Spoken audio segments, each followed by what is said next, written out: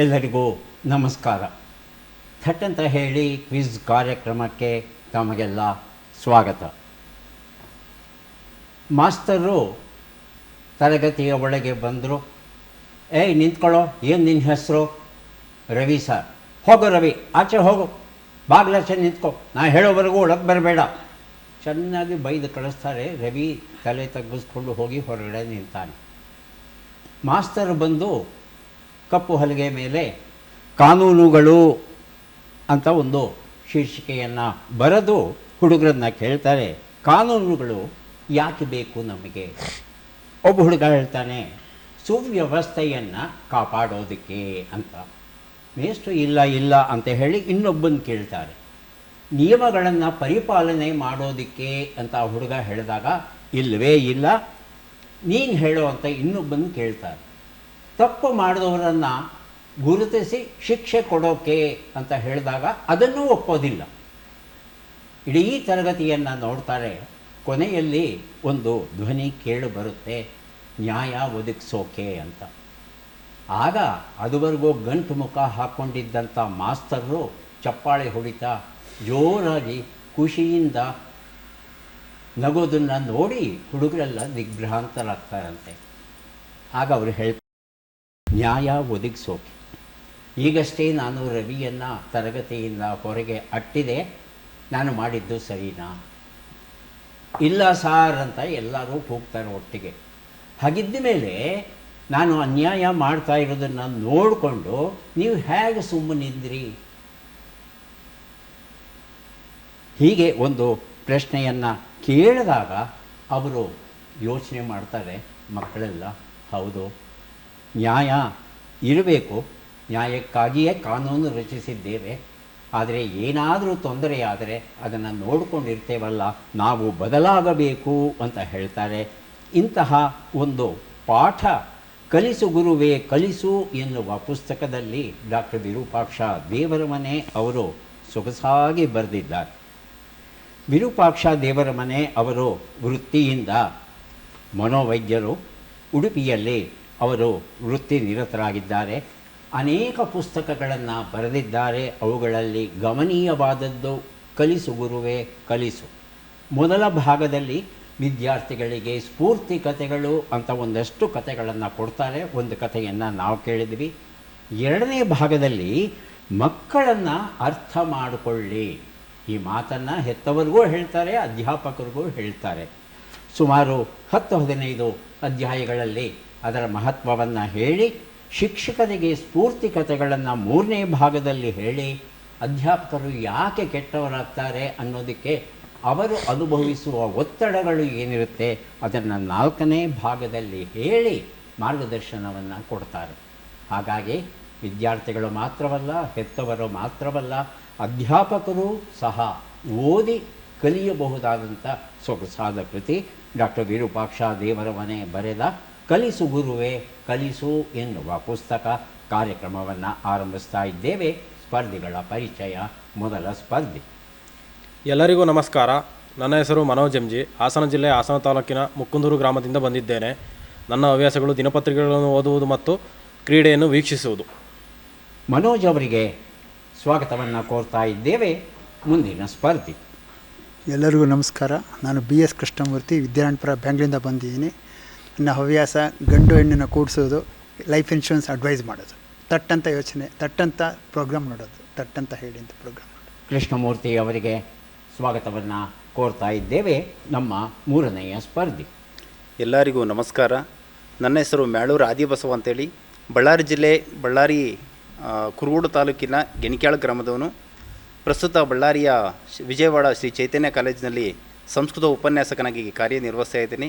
ನನ್ನ ಹವ್ಯಾಸಗಳು ತಟ್ಟಂತೇಳಿ ಕಾರ್ಯಕ್ರಮ ನೋಡುವುದು, ಗ್ರಾಮ್ಯ ಪದಗಳನ್ನು ಸಂಗ್ರಹ ಮಾಡೋದು, ಮಕ್ಕಳ ಜೊತೆಗೂಡಿ ಆಟ ಆಡ್ತಕ್ಕಂಥದ್ದು, ಸುಡೋಕು ತುಂಬುವುದು ಮತ್ತು ಪದಬಂಧ ತುಂಬುವುದು. ಬಹಳ ಸಂತೋಷ ಆದಿಬಸವ. ಕಾರ್ಯಕ್ರಮಕ್ಕೆ ಸ್ವಾಗತವನ್ನು ಕೋರ್ತಾ ಇದ್ದೇವೆ. ನಮ್ಮ 4ನೆಯ ಸ್ಪರ್ಧಿ. ಎಲ್ಲರಿಗೂ ನಮಸ್ಕಾರಗಳು. ನನ್ನ ಹೆಸರು MS ವಿಜಯಲಕ್ಷ್ಮಿ. ಮೈಸೂರು ಜಿಲ್ಲೆ KR ನಗರದಿಂದ ಬಂದಿದ್ದೇನೆ. ನನ್ನ ಹವ್ಯಾಸಗಳು ಭಕ್ತಿಗೀತೆಗಳನ್ನು ಕೇಳುವುದು ಮತ್ತು ಹಾಡುವುದು ಮತ್ತು ತಟ್ಟಂತ ಹೇಳಿ ಕಾರ್ಯಕ್ರಮವನ್ನು ನೋಡುವುದು. ವಿಜಯಲಕ್ಷ್ಮಿ ಅವರಿಗೆ ಸ್ವಾಗತವನ್ನು ಕೋರ್ತಾ ಇದ್ದೇವೆ. 4 ಜನ ಸಿದ್ಧವಾಗಿದ್ದರೆ ಕಾರ್ಯಕ್ರಮ ಆರಂಭಿಸೋಣ. ಮೊದಲಿಗೆ ನಿಯಮಗಳನ್ನು ಒಮ್ಮೆ ನೋಡಿಬಿಡೋಣ. ಒಟ್ಟು 10 ಪ್ರಶ್ನೆಗಳು. ಮೊದಲು ಬಜರ್ ಒತ್ತಿದವರಿಗೆ ಉತ್ತರ ನೀಡುವ ಅವಕಾಶ. ಪ್ರತಿ ಸರಿ ಉತ್ತರಕ್ಕೆ ಒಂದು ಪುಸ್ತಕ ಬಹುಮಾನ. ಆಯ್ಕೆಗಳು ಬರುವ ಮೊದಲೇ ಬಜರ್ ಒತ್ತಿ ಸರಿ ಉತ್ತರ ನೀಡಿದರೆ 2 ಪುಸ್ತಕ ಬಹುಮಾನ. 100 ಅಂಕ ಗಳಿಸಿದವರಿಗೆ ಒಂದು ಪುಸ್ತಕ ವಿಶೇಷ ಬಹುಮಾನ. ನಕಾರಾತ್ಮಕ ತಂತ್ರಗಳಿಗೆ ಅವಕಾಶವಿಲ್ಲ. ಕಾರ್ಯಕ್ರಮದ ಮೊದಲ 2 ಪುಸ್ತಕಗಳನ್ನು ಈಗ ನೋಡೋಣ. ಕಂಪಿಸಿದ ದ್ವೀಪ ಹಾಗೂ ಎಲ್ಲರ ಮನೆ ದೋಸೆ ತೂತೆ ಅಂತಕ್ಕಂಥ ಪುಸ್ತಕ, ಡಾಕ್ಟರ್ ವಿರೂಪಾಕ್ಷ ದೇವರ ಮನೆ ಬರೆದಂಥ ಪುಸ್ತಕ. ಪ್ರಶ್ನೆ: ಭಾರತವು 11ನೆಯ ಬ್ರಿಕ್ಸ್ ಇಂಧನ ಸಚಿವರ ಸಭೆಯನ್ನು ಯಾವ ನಗರದಲ್ಲಿ ಆಯೋಜಿಸಿತು? ಹೇಳಿ ಮನೋಜ್. ಸರ್, ನವದೆಹಲಿ. ಹಾಂ, ನವದೆಹಲಿ. ಇನ್ಯಾರಾದರೂ ಉತ್ತರ ಕೊಡ್ತೀರಾ? ಆಯ್ಕೆಗಳು: ಬೆಂಗಳೂರು, ಪಿಂಪ್ರಿ, ಗುರುಗ್ರಾಮ, ರಾಂಚಿ. ಎರಡನೇದಾಗಿ ವಿಜಯಲಕ್ಷ್ಮಿ. ಬೆಂಗಳೂರು. ಹಾಂ, ಬೆಂಗಳೂರು. ಬೆಂಗಳೂರು. ಉತ್ತರವನ್ನು ನೋಡೋಣ. ಆದರೆ ಸರಿಯಾದ ಉತ್ತರ ಗುರುಗ್ರಾಮ ಆಗಿತ್ತು. ಹರಿಯಾಣದ ಗುರುಗ್ರಾಮದಲ್ಲಿ ಜೂನ್ 25 ಮತ್ತು 26ರಂದು ಈ ಬ್ರಿಕ್ಸ್ ಅಂತರ್ದೇಶ ಸಭೆ ನಡೀತಂತೆ. ಈ ಒಂದು ಸಮಾವೇಶಕ್ಕೆ ಅವರು ಕೊಟ್ಟಂಥ ಹೆಸರು ಸರ್ವೇಶಾಂ ಊರ್ಜಂ ಅಂತ ಹೆಸರು ಕೊಟ್ಟಂತೆ. ಅಂದರೆ ಶಕ್ತಿ ಎಲ್ಲರಿಗೂ ದೊರೆಯಲಿ ಅನ್ನೋದು ಈ ಸಂಸ್ಕೃತ ಶಬ್ದದ ಒಂದು ಆಶಯ ಆಗಿತ್ತು. 11 ಸದಸ್ಯ ರಾಷ್ಟ್ರಗಳು ಭಾಗವಹಿಸಿದ್ವು. 11 ಸದಸ್ಯ ರಾಷ್ಟ್ರಗಳು ಏನಿವೆ ಅವರಿಗೆ ಇಂಧನ ಭದ್ರತೆ ಅನ್ನೋದು ಇರಬೇಕು, ಹಾಗೆಯೇ ಸುಸ್ಥಿರತೆ ಅನ್ನೋದು ಇರಬೇಕು. ಆ ಒಂದು ದಿಶೆಯಲ್ಲಿ 11 ರಾಷ್ಟ್ರಗಳು ಏನು ಮಾಡಬಹುದು ಅನ್ನೋದರ ಬಗ್ಗೆ ಮಾತುಕತೆ ಇತ್ಯಾದಿಗಳೆಲ್ಲ ನಡೀತಂತೆ ಭಾರತದ ಗುರುಗ್ರಾಮದಲ್ಲಿ. 2 ಪುಸ್ತಕ. ಬೇಲೂರು ರಘುನಂದನ್ ಬರೆದ ಮಗ್ಗದ ಮನೆ ಎನ್ನುವ ಕವಿತೆಗಳ ಕೃತಿ. ಪರಿಮಳದ ಬಾಕಿ ಮೊತ್ತ ಕವನ ಸಂಕಲನ, ಡಾಕ್ಟರ್ ಲಕ್ಷ್ಮಣ್ ವಿ.ಎ. ಬರೆದಿರುವಂಥದ್ದು. ಪ್ರಶ್ನೆಯನ್ನು ನೋಡೋಣ. ಎಲ್ಲಿನೋ ಕಾರಣದಿಂದ ದುರ್ಬಲ ಮುಂಗಾರು ತಲೆದೋರಿದರೆ ಅದು ಯಾವ ಬೆಳೆಗಳ ಮೇಲೆ ಪ್ರಧಾನ ದುಷ್ಪರಿಣಾಮಗಳನ್ನು ಬೀರಲಿದೆ ಅಂತ ತಿಳ್ಕೋಬೇಕು. ಆಯ್ಕೆಗಳನ್ನು ನೋಡೋಣ ಅನ್ನೋಷ್ಟರಲ್ಲಿ ಮನೋಜ್ ಬಜರ್ ಒತ್ತಿದ್ದಾರೆ. ಸರ್, ಖಾರಿಫ್ ಬೆಳೆಗಳು. ಖಾರಿಫ್ ಬೆಳೆಗಳು. ಇನ್ಯಾರಾದರೂ ಉತ್ತರ ಕೊಡ್ತೀರಾ? ಆಯ್ಕೆಗಳು ಕೊಡಬೇಕಾ? ಆಯ್ಕೆಗಳು: ಖಾರಿಫ್ ಬೆಳೆಗಳು, ವಾಣಿಜ್ಯ ಬೆಳೆಗಳು, ರಾಬಿ ಬೆಳೆಗಳು, ಝೈದ್ ಬೆಳೆಗಳು. ಹೇಳಿಮ್ಮ. ವಾಣಿಜ್ಯ ಬೆಳೆಗಳು. ವಾಣಿಜ್ಯ ಬೆಳೆಗಳು. ವಾಣಿಜ್ಯ ಬೆಳೆಗಳು. ಉತ್ತರವನ್ನು ನೋಡೋಣ. ಖಾರಿಫ್ ಬೆಳೆಗಳು ಅನ್ನೋದು ಸರಿಯಾದ ಉತ್ತರ. ಈ ಉತ್ತರವನ್ನು ಮನೋಜ್ ಅವರು ಆಯ್ಕೆಗಳು ಬರೋದಕ್ಕೆ ಮೊದಲೇ ಕೊಟ್ಟಿದ್ದಾರೆ. ಹಾಗಾಗಿ ಪರಿಮಳದ ಬಾಕಿ ಮೊತ್ತ, ಮಗ್ಗದ ಮನೆ 2 ಪುಸ್ತಕಗಳನ್ನು ಮನೋಜ್ ಅವರಿಗೆ ಕೊಟ್ಟಿದ್ದೇವೆ. ಭತ್ತ, ಜೋಳ, ಮೆಕ್ಕೆಜೋಳ, ಹತ್ತಿ, ಸೋಯಾಬೀನ್, ನೆಲಗಡಲೆ ಇತ್ಯಾದಿಗಳೆಲ್ಲ ಏನಿದೆ ಇದು ಖಾರಿಫ್ ಬೆಳೆಗಳ ವ್ಯಾಪ್ತಿಯಲ್ಲಿ ಬರುತ್ತೆ. ಇದರ ಮುಖ್ಯ ಲಕ್ಷಣ ಏನು ಅಂದರೆ ಹೆಚ್ಚು ನೀರು ಬೇಕು. ಹೆಚ್ಚು ನೀರು ಬೇಕು ಅಂದರೆ ಮುಂಗಾರು ಬಹಳ ಚೆನ್ನಾಗಿ ಬರಬೇಕಾಗುತ್ತೆ. ಆದರೆ ಮುಂಗಾರು ಈ ವರ್ಷ ಬಹಳ ಕ್ಷೀಣವಾಗಿ ಇರೋ ಕಾರಣ ಬಿತ್ತನೆಯೂ ತಡವಾಗಿದೆ. ಏನು ಬಿತ್ತಿದ್ದಾರೆ ಅದೆಲ್ಲ ಒಣಗಿ ಹೋಗ್ತಾ ಇದೆ. ಉತ್ತಮ ಬೆಳೆ ಖಂಡಿತ ಬರೋದಿಲ್ಲ. ಬರಗಾಲ ಬರೋದರಲ್ಲಿ ಯಾವುದೇ ಅನುಮಾನ ಇಲ್ಲ. ಹಾಗಾಗಿ ನೀರನ್ನು ಕಡಿಮೆ ಬೇಡುವಂತಹ ಸಿರಿಧಾನ್ಯಗಳು ಏನಿದೆ, ಎಣ್ಣೆ ಬೀಜಗಳು ಏನಿದೆ, ಅವುಗಳನ್ನು ಹೆಚ್ಚು ಬೆಳೆಯೋದಕ್ಕೆ ಪ್ರಯತ್ನಿಸಿ ಅನ್ನೋ ಒಂದು ಸಲಹೆಯನ್ನು ಸರ್ಕಾರ ಈಗಾಗಲೇ ನೀಡಿದೆ. ಉಷಾ ನವರತ್ನರಾಮ್ ಅವರು ಬರೆದ ಕನ್ನಡ ಕಾದಂಬರಿ ಹೊಟ್ಟೆಗಾಗಿ ಗೇಣು ಬಟ್ಟೆಗಾಗಿ, ಮುಸ್ಸಂಜೆಯ ಕಥೆಗಳು, ಉದಯ್ ಕುಮಾರ ಹಬ್ಬು ಬರೆದಿರುವಂಥದ್ದು. ಪ್ರಶ್ನೆ: 2026-27ನೇ ಸಾಲಿನಲ್ಲಿ ಕರ್ನಾಟಕ ಸರ್ಕಾರಿ ಶಾಲೆಗಳಲ್ಲಿ ಶಿಕ್ಷಕರ ಕೊರತೆಯನ್ನು ಎದುರಿಸಲು ಎಷ್ಟು ಅತಿಥಿ ಶಿಕ್ಷಕರ ನೇಮಕಾತಿಗೆ ಅನುಮೋದನೆಯನ್ನು ನೀಡಲಾಗಿದೆ? ಆಯ್ಕೆಗಳನ್ನು ನೋಡೋಣ. 5,100, 15,000, 1,51,000. ಮೊದಲಿಗೆ ಆದಿಬಸವ, ನಂತರ ಕೃಷ್ಣಮೂರ್ತಿ. ಸರ್ 15,000 ಸರ್, ಎರಡನೇ ಆಪ್ಷನ್. ಆಯ್ಕೆ 2 ಅಂತ ಹೇಳ್ತಾ ಇದ್ದಾರೆ. ತಮ್ಮ ಉತ್ತರ ಕೃಷ್ಣಮೂರ್ತಿ? 51,000. 51,000 ಉತ್ತರವನ್ನು ನೋಡೋಣ. 51,000 ಸರಿಯಾದ ಉತ್ತರ. ಹೊಟ್ಟೆಗಾಗಿ ಗೇಣು ಬಟ್ಟೆಗಾಗಿ ಈ ಪುಸ್ತಕವನ್ನು ಕೃಷ್ಣಮೂರ್ತಿ ಅವರಿಗೆ ಕೊಟ್ಟಿದ್ದೇವೆ. 51,000 ಅತಿಥಿ ಶಿಕ್ಷಕರನ್ನು ನೇಮಿಸ್ಕೋಬೇಕು ಅಂತ ಹೇಳಿದೆ ಸರ್ಕಾರ. 40,000 ಪ್ರಾಥಮಿಕ ಶಾಲೆಗಳಿಗೆ ಅಗತ್ಯವಾದ ಶಿಕ್ಷಕರು ಮತ್ತು 11,000 ಪ್ರೌಢಶಾಲೆಗಳಿಗೆ ಅಗತ್ಯವಾದ ಶಿಕ್ಷಕರನ್ನು ಆಯ್ಕೆ ಮಾಡಿಕೊಳ್ಳಿದ್ದೇವೆ ಅಂತ ಹೇಳ್ತಾರೆ. ಈಗಾಗಲೇ ನಮಗೆ ಗೊತ್ತಿರೋ ಹಾಗೆ PUCಯ ಅಧ್ಯಾಪಕರು ಹೈಸ್ಕೂಲಿಗೆ ಬಂದು 9-10ನೇ ತರಗತಿಯಲ್ಲಿ ಓದುವ ವಿದ್ಯಾರ್ಥಿಗಳಿಗೆ ವಿಶೇಷ ತರಬೇತಿಯನ್ನು ನೀಡ್ತಾ ಇದ್ದಾರೆ. ಇದಕ್ಕೆ ಕಾರಣ ಶಿಕ್ಷಕರ ಕೊರತೆಯೂ ಆಗಿದೆ. ಆ ಕೊರತೆಯನ್ನು ಸರಿದೂಗಿಸುವ ಪ್ರಯತ್ನ ಈ ವರ್ಷ ನಡೆಯಲಿದೆ. 2 ಪುಸ್ತಕ. ಕಣ್ಣೆಳೆತೆಗೆ ಕಂಡದ್ದು ಶೋಭಾ ಶಂಕರಾನಂದ್ ಅವರು ಬರೆದ ಪುಸ್ತಕ. ರಾಷ್ಟ್ರ ನಿರ್ಮಾಣ, ವಿವೇಕಾನಂದ ಅವರ ಬಗೆಗಿನ ಕೃತಿ ಇದು. ಪ್ರಶ್ನೆ: ಬಿಟ್ಟಕ್ಷರಗಳನ್ನು ತುಂಬಿ. ಳೆ, ರಿ, ಲಿ, ರೈ.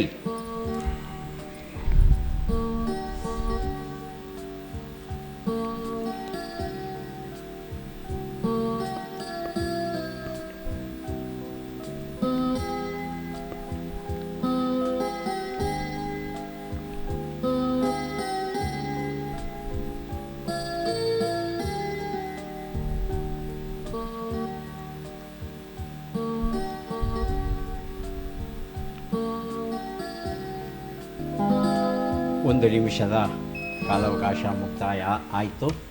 ಬಜರ್ ಒತ್ತಿದ್ದಾರೆ ಆದಿಬಸವ, ನಂತರ ಮನೋಜ್ ಅವರು. ಆದಿಬಸವ. ಮಳೆಯ ನೀರಿನಲ್ಲಿ ರೈಲು. ಮಳೆಯ ನೀರಿನಲ್ಲಿ ರೈಲು. ಹೇಳಿ ಮನೋಜ್. ಬೆಳೆಯ ನಿರೀಕ್ಷೆಯಲ್ಲಿ ರೈತ. ಮಳೆಯ ನಿರೀಕ್ಷೆಯಲ್ಲಿ ರೈತ. ಉತ್ತರವನ್ನು ನೋಡೋಣ. ಮಳೆಯ ನಿರೀಕ್ಷೆಯಲ್ಲಿ ರೈತ ಉತ್ತರ ಸರಿಯಾಗಿದೆ. ರಾಷ್ಟ್ರ ನಿರ್ಮಾಣ ಎನ್ನುವ ವಿವೇಕಾನಂದರ ಕೃತಿಯನ್ನು ಕೊಟ್ಟಿದ್ದೇನೆ ಮನೋಜ್ ಅವರಿಗೆ. ದೀಪಾ ಹಿರೇಗುತ್ತಿ ಬರೆದ ಬ್ರ್ಯಾಂಡ್ ಬಿಲ್ಡರ್ಸ್, ಬಿತ್ತಿ ಬೆಳೆಸಿ ಬೆಳೆದವರು ಎನ್ನುವ ಪುಸ್ತಕ. ರಸತತ್ವ, ಆಹಾರ, ಆರೋಗ್ಯ, ಆನಂದದ ಬಗ್ಗೆ KC ರಘು ಬರೆದಂಥ ಪುಸ್ತಕ. ಪ್ರಶ್ನೆ: 4 ಲೆಕ್ಕಗಳನ್ನು ಮಾಡಿ ಉತ್ತರಗಳನ್ನೆಲ್ಲ ಕೂಡಿ ಅಂತಿಮ ಉತ್ತರವನ್ನು ನೀಡಿ. ಲೆಕ್ಕಗಳು ಈಗ ಬಂತು. 59 ಕೂಡು 54, 87 ಕಳೆ 38, 12 ಗುಣಿಸು 19, 216 ಭಾಗಿಸು 9.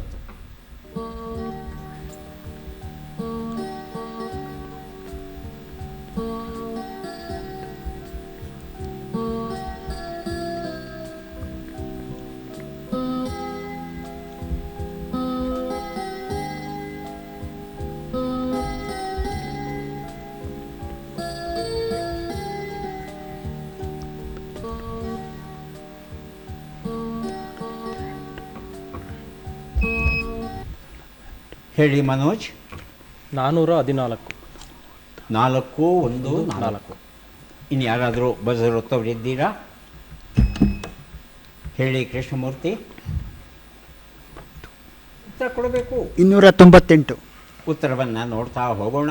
ಒಂದು ಉತ್ತರ 113,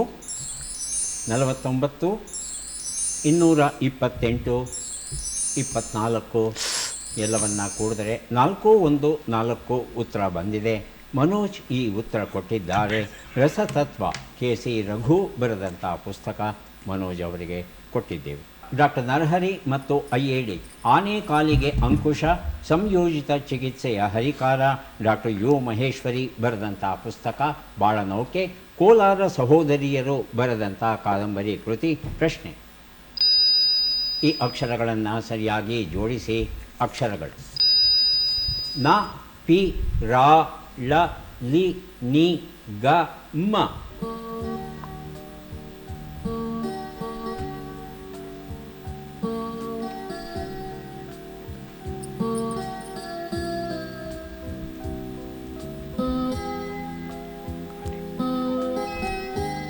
ಹೇಳಿ ಆದಿಬಸವ. ಲಿಪಿಗಳ ರಾಣಿ. 8 ಅಕ್ಷರ ಇದೆ. ಲಿಪಿಗಳ ರಾಣಿ ಅಂದರೆ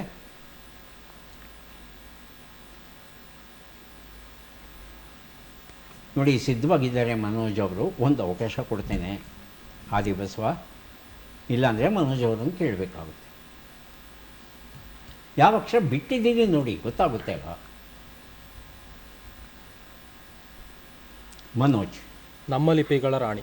ನಮ್ಮ ಲಿಪಿಗಳ ರಾಣಿ ಉತ್ತರವನ್ನು ನೋಡೋಣ. ನಮ್ಮ ಲಿಪಿಗಳ ರಾಣಿ ಉತ್ತರ ಸರಿಯಾಗಿದೆ. ಬಾಳನೌಕೆ ಕೋಲಾರ ಸಹೋದರಿಯರು ಬರೆದಂಥ ಕಾದಂಬರಿ ಪುಸ್ತಕವನ್ನು ಮನೋಜ್ ಅವರಿಗೆ ಕೊಟ್ಟಿದ್ದೇನೆ.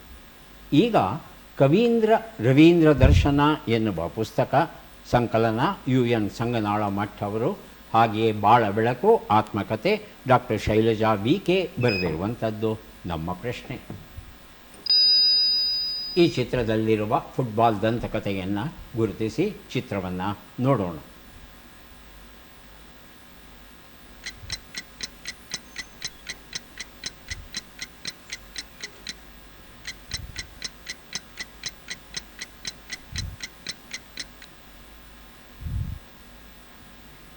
ಆಯ್ಕೆಗಳನ್ನು ನೋಡೋಣ. George best, ಝೀಕೋ, ಕಾಫು, Michael ಪ್ಲಾಟಿನಿ. ಮೊದಲಿಗೆ ಆದಿಬಸವ. ಮೈಕೆಲ್ ಪ್ಲಾಟಿನಿ. ಮೈಕೆಲ್ ಪ್ಲಾಟಿನಿ ಆಯ್ಕೆ 4. ಎರಡನೆಯದಾಗಿ ಜಯಲಕ್ಷ್ಮಿ. ಜಾರ್ಜ್ ಮೊದಲನೇದು.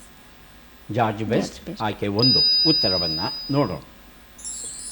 ಮೈಕೆಲ್ ಪ್ಲಾಟಿನಿ ಕವೀಂದ್ರ ರವೀಂದ್ರ ದರ್ಶನ ಈ ಒಂದು ಪುಸ್ತಕವನ್ನು ಕೊಡ್ತಾ ಇದ್ದೇನೆ ಆದಿಬಸವ ಅವರಿಗೆ. ಮೈಕೆಲ್ ಪ್ಲಾಟಿನಿಯವರು ಫ್ರಾನ್ಸ್ ದೇಶಕ್ಕೆ ಸೇರಿದಂಥ ಆಟಗಾರರು. ಇವರು ಮಿಡ್ಫೀಲ್ಡರ್ ಆಗಿ ಇವರು ಹೆಸರನ್ನು ಗಳಿಸಿದ್ದಾರೆ. 1984 ಯೂರೋ ಕಪ್ಪಲ್ಲಿ ಒಬ್ಬರೇ 9 ಗೋಲುಗಳನ್ನು ಹೊಡೆದು ವಿಜಯವನ್ನು ತಂದಿದ್ದರು ಫ್ರಾನ್ಸ್ ದೇಶಕ್ಕೆ. ಜಗತ್ತಿನ ಸರ್ವಶ್ರೇಷ್ಠ 30 ಫುಟ್ಬಾಲ್ ಆಟಗಾರರಲ್ಲಿ ಇವರು ಸಹ ಒಬ್ಬರು ಆಗಿದ್ದಾರೆ. ಪದಬಂಧ ಸುಳುಹುಗಳನ್ನು ನೋಡೋಣ. ಸುಳುಹುಗಳು: ಮಿತಿ ಇಲ್ಲದುದು, ಹಣ್ಣಾಗದೇ ಇರುವಂತಹದ್ದು, ಮಿತಿ ಇರುವ ಮಂಡಳಿ.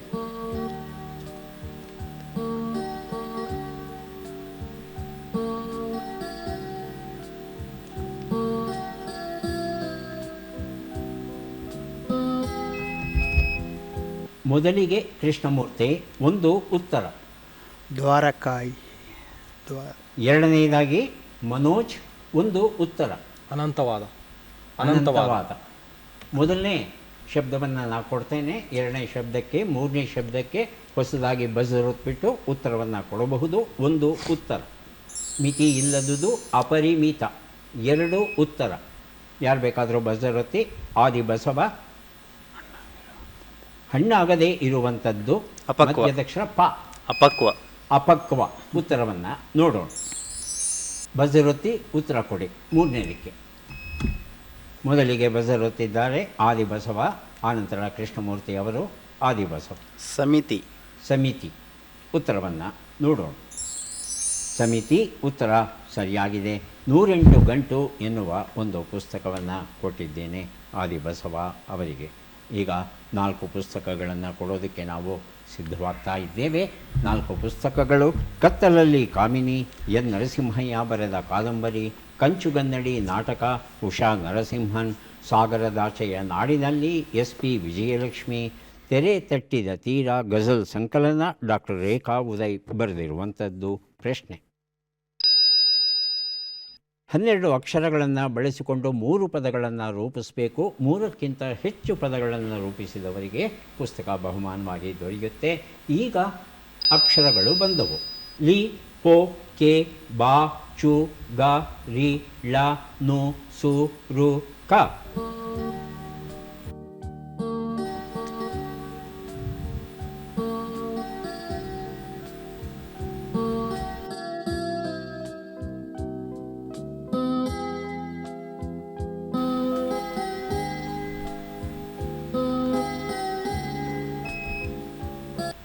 ಮನೋಜ್, ತಮ್ಮಿಂದ ಶುರು ಮಾಡ್ಬೋದಾ? ಎಸ್. ಹಾಂ ಹೇಳಿಪ್ಪ ಶಬ್ದಗಳು. ಗರಿಕೆ, ಗರಿಕೆ, ಬಾಳಲಿ, ಗೊತ್ತಾಗಲಿಲ್ಲ. ಬಾಳಲಿ ಅಂತಲ್ಲ. ಹಾಂ, ಬದುಕಲಿ, ಬಾಳಲಿ ಒಪ್ಕೋಬಹುದು. ನಂತರ ನುಸುಳು, ಲೂ ಇಲ್ಲ. ಬಾಳನು, ಬಾಳನ್ನೂ ಆಗುತ್ತೆ. ಮನೋಜ್, ಬಾಗಲಿ, ಬಾಗಲಿ, ಬಾಗಲಿ. ಬಾಗಲಿ ಅಂದರೆ ಮುಂದೆ ಬಾಗಲಿ, ಬಾಗಲಿ, ಮುಂದೆ ಬಾಗಲಿ. ಹಾಂ ಹಾಂ. ಇನ್ನೇನಾದರೂ ಉಂಟಾ? ಅಷ್ಟೇ. ಹೇಳಿ ಕೃಷ್ಣಮೂರ್ತಿ. ಅಷ್ಟೇ. ಆದಿಬಸವ. ಕಲಿಕೆ, ಗರಿಕೆ, ಚುರುಕ, ಬಾಲಿಕ. ಬಾಲಿಕೆ ಅಂತೀವಿ ಕನ್ನಡದಲ್ಲಿ ನಾವು. ಆಗಲಿ, ಬಾಲಿಕ ಹಿಂದಿ ಶಬ್ದ ಅಂತ ಇಟ್ಕೊಂಡಿದ್ದೇವೆ. ಪೊಗರು, ಪೊಗರು. ಹಾಂ, ಇದು ಅಚ್ಚ ಕನ್ನಡ ಶಬ್ದ, ಪೊಗರು. ಹಾಂ, ವಿಜಯಲಕ್ಷ್ಮಿ ಅವರು. ಕರಗ, ಹಾಂ, ಚರಕ, ರಾ ಇಲ್ಲ, ರೀ ಮತ್ತು ರೂ ಇದೆ. ಚುರುಕ, ಚುರುಕು ಅಂತಾದರೆ ಶಬ್ದ ಆಗುತ್ತೆ, ಚುರುಕ ಆಗಲ್ಲ. ಪೊರಕೆ, ಪರಕೆ. ರಾ ಎಲ್ಲಿದೆ? ಇದೆಯಲ್ಲ, ರೀ ಇದೆಯಮ್ಮ. ರೂ ಇದೆ. ಮನೋಜ್ ಅವರಿಗೆ ಒಂದು ಪುಸ್ತಕವನ್ನು, ಆದಿಬಸವ ಅವರಿಗೆ ಒಂದು ಪುಸ್ತಕವನ್ನು ಕೊಡ್ತಾ ಇದ್ದೇವೆ. ಉತ್ತರವನ್ನು ನೋಡೋಣ. ಬಾಳಕ, ಪೊಗರು, ನುಲಿಚು, ಬಾರಿಸು, ಕಲಿಸು, ಬಾಳಲಿ, ಹೀಗೆ ಶಬ್ದಗಳು ಇದ್ವು. 3 ಶಬ್ದಗಳನ್ನು ಕೊಟ್ಟವರು ಮನೋಜ್ ಮತ್ತು ಆದಿಬಸವ ಅವರು. ಅವರಿಗೆ ಪುಸ್ತಕಗಳನ್ನು ಕೊಟ್ಟಿದ್ದೇವೆ. ಈಗ ನಾವು ಬಂದಿದ್ದೇವೆ ಕೊನೆಯ ಘಟ್ಟಕ್ಕೆ. ಚಟ್ಪಟ್ ಚಿನ್ಕುರುಳಿ. ಮಾಯಾ, ಮಾಟ, ತಂತ್ರ, ಮಂತ್ರಗಳಿರುವ ವೇದ ಯಾವುದು? ಆಯ್ಕೆಗಳು: ಅಥರ್ವಣ ವೇದ, ಋಗ್ವೇದ. ಮೊದಲಿಗೆ ಮನೋಜ್. ಅಥರ್ವಣ ವೇದ. ಉತ್ತರವನ್ನು ನೋಡೋಣ. ಸರಿಯಾಗಿದೆ. ಜಗತ್ತಿನಲ್ಲಿ ಕ್ರೈಸ್ತ ಧರ್ಮವನ್ನು ಪಾಲಿಸುವವರು ಸುಮಾರು ಎಷ್ಟು ಜನರಿದ್ದಾರೆ? ಆಯ್ಕೆಗಳು ಹೇಳಿ. ಆದಿಬಸವ. ಮೊದಲನೇ ಸ್ಥಾನದಲ್ಲಿದ್ದಾರೆ. ಮೊದಲನೇ ಸ್ಥಾನ. ಹಾಂ. ಇಲ್ಲಿ ಎಷ್ಟನೇ ಸ್ಥಾನ ಎಷ್ಟು ಜನ ಅಂತ ಕೇಳಲಿಲ್ಲ, ಸುಮಾರು ಎಷ್ಟು ಜನ ಅಂತ ಕೇಳಿಲ್ಲ. ಸ್ಥಾನದ ಪ್ರಶ್ನೆ ಬರಲ್ಲ. ಆಯ್ಕೆಗಳು: 3.2 ಬಿಲಿಯನ್, 2.3 ಬಿಲಿಯನ್. ಉತ್ತರವನ್ನು ನೋಡೋಣ. 2.3 ಬಿಲಿಯನ್ ಸರಿಯಾದ ಉತ್ತರ ಆಗಿತ್ತು. ಮುಂದಿನ ಪ್ರಶ್ನೆ: ಜಗತ್ತಿನಲ್ಲಿ ಇಸ್ಲಾಂ ಧರ್ಮವನ್ನು ಪರಿಪಾಲಿಸುತ್ತಿರುವವರು ಸುಮಾರು ಎಷ್ಟು ಜನರಿದ್ದಾರೆ? ಆಯ್ಕೆಗಳು: ಸುಮಾರು 3 ಬಿಲಿಯನ್, ಸುಮಾರು 2 ಬಿಲಿಯನ್. ಮೊದಲಿಗೆ ಬಜರ್ ಒತ್ತಿದ್ದಾರೆ ಮನೋಜ್. ಸುಮಾರು 2 ಬಿಲಿಯನ್. 2 ಬಿಲಿಯನ್. ಉತ್ತರವನ್ನು ನೋಡೋಣ.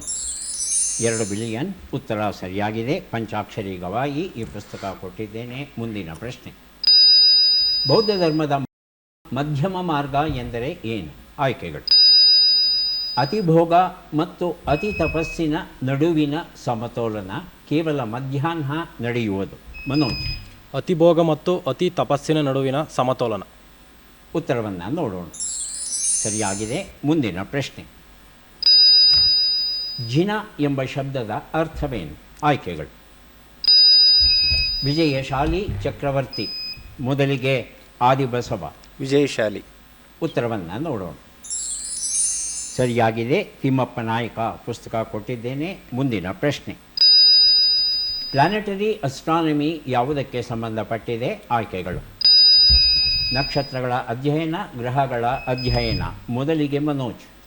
ಗ್ರಹಗಳ ಅಧ್ಯಯನ. ಉತ್ತರವನ್ನು ನೋಡೋಣ.